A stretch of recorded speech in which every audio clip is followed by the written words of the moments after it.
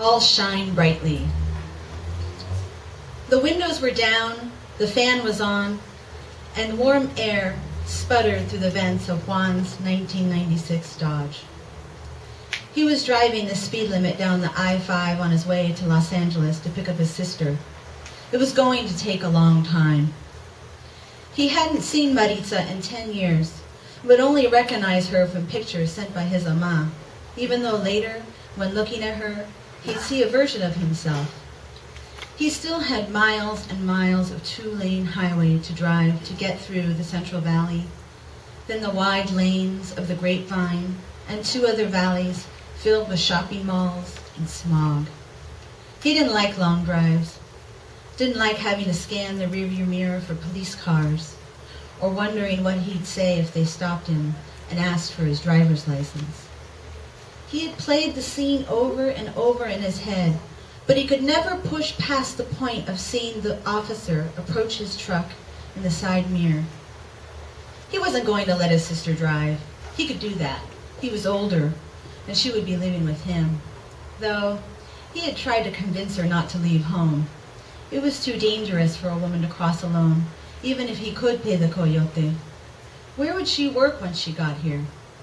Did she know that being here isn't what she thinks, that you'll have to be careful, learn English fast, lie, avoid checkpoints? She'll have to work for very little. It will seem like a lot at first. Juan checked the rearview mirror and looked back at the long blank road in front of him. He thought of his parents, his mom at the stove, his dad in his detached room off the yard watching his small black and white TV propped on an old chair.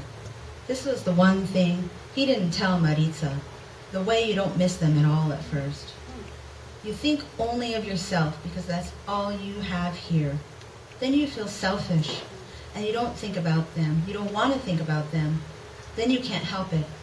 Then nothing. You push them far away because you have to, because you know you may never see them again.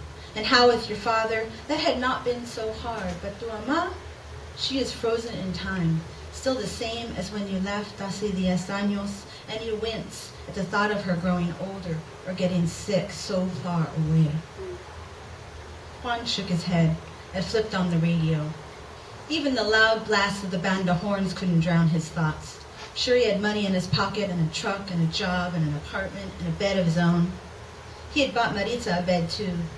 After sleeping with Ama all those years, Maritza would like that.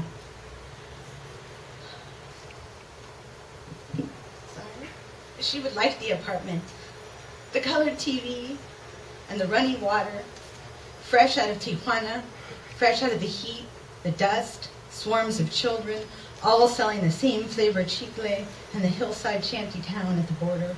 It would all shine brightly.